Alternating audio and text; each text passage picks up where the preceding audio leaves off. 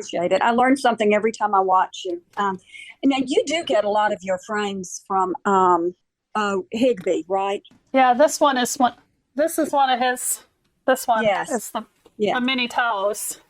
Yes. I really love that. these I do because too. I do they're too. thin, and you can pack a They lot are. of them into a box. Yeah, But that's the other nice. ones, I think this lady had these, the style in black.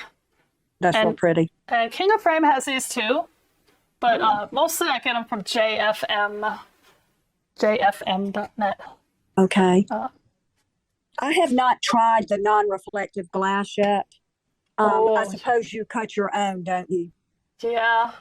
Uh, ask some frame shops or ask some glass wholesalers about the art glass. Okay. The name of it is called art glass, and the company is called Grow Glass, Groglass. Okay. Grow Glass, and there's from one of those Scandinavian countries or something. Okay. And that's better than TrueView. It's really? really nice. Yes, TrueView Museum and AR Glass have those color casts to them when you look at them from the side. Museum glass is pinkish. AR glass is greenish. That's how I can identify them, actually. Art glass from Grow Glass is completely clear.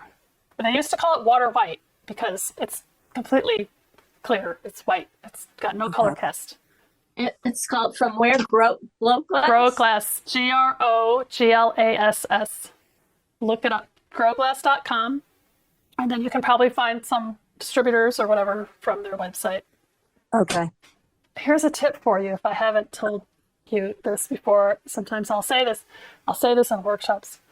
A tip for free glass, especially if you work small, basically only if you work small. If you get in real tight with a framer, like if you have a framer that you take stuff to and you know them and you're friends with them or whatever, if you're not friends with them, make friends with them. And then ask them, what do they do with their leftover glass pieces? Because framers will do these big jobs and they'll have like 8 inches or 5 inches or 6 inches left over from the edge. And those they'll build up. And they're never going to do enough small jobs to use up all that glass. Oh, that's true. So they wind up pitching it or, recycling or whatever, Ask them what they do with it and if you can have their leftover pieces that they're going to get rid of. Because that's where I get like 80% of my pieces for my small stuff. I get from my local framer gal she frames my big stuff. And she used to order my glass for me. Where do you order your tape from? The tape? Uh-huh. United Manufacturers. Okay. And just Google that. United Manufacturers Supply. It's all kinds of framing supply stuff. And it's wholesale, so you need a tax number to make an account to shop there.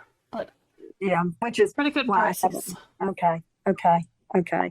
And it's called, I know what is the actual name? It's an acid-free tape, right? Oh, yeah. Well, Richard McKinley uses framer's tape.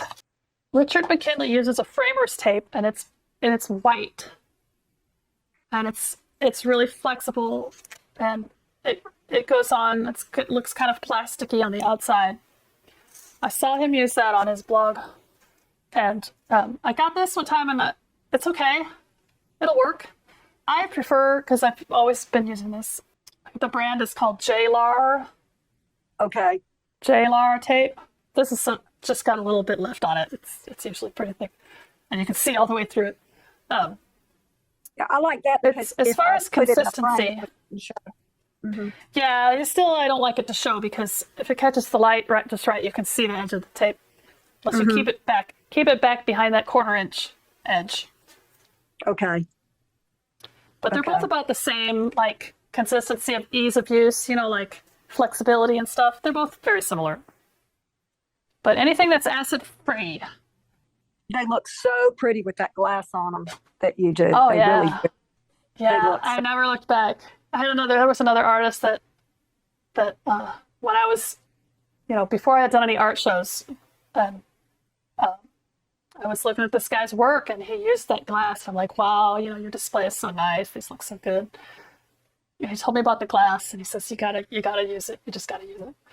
And the first time I used it, I never went back. Never. It was a little bit more expensive, but you just up your price by like 5% or whatever. You just up your price just enough to cover your glass, and they'll sell a lot faster. They'll sell because people can see the artwork. And they're not like, oh, what's that? Looking around like this, trying to catch it at just the right angle so there's no reflection. You don't want that. You don't want to have to tell people, like, sell them a big piece and say, okay, now don't hang this opposite your big windows. You'll never see it. So. But you don't use it on large pieces. You don't do that on large pieces, do you? Well, on large, anything larger than 30 by 30, I'll use the TrueView Optium Museum acrylic. So it's not the glass, it's the acrylic. So it's like plexiglass. But you still use the same way? It's museum acrylic. So it has the same anti-reflective properties. And it's super expensive. Super expensive.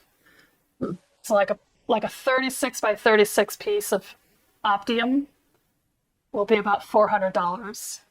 Oh my gosh.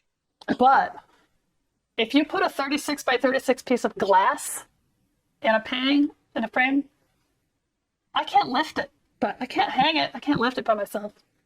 I can lift the big 36 by 36 with the Optium in it because it's plexiglass. You don't have all that weight.